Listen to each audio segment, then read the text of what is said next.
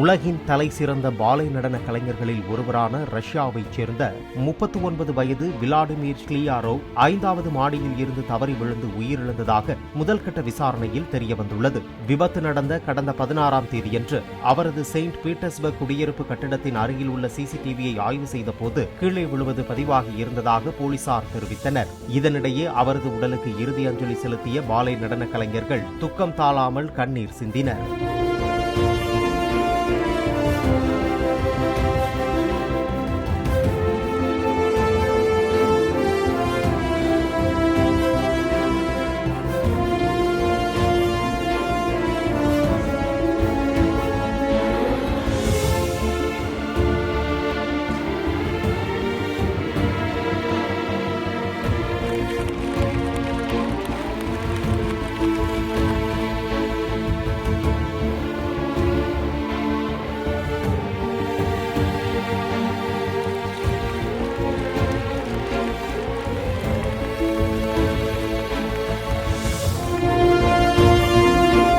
Vladimir கிளியாரோவ் உடலை அடக்கம் செய்ய எடுத்துச் சென்ற போது சக பாலை நடன கலைஞர்கள் கைதட்டி விடை கொடுத்தனர்.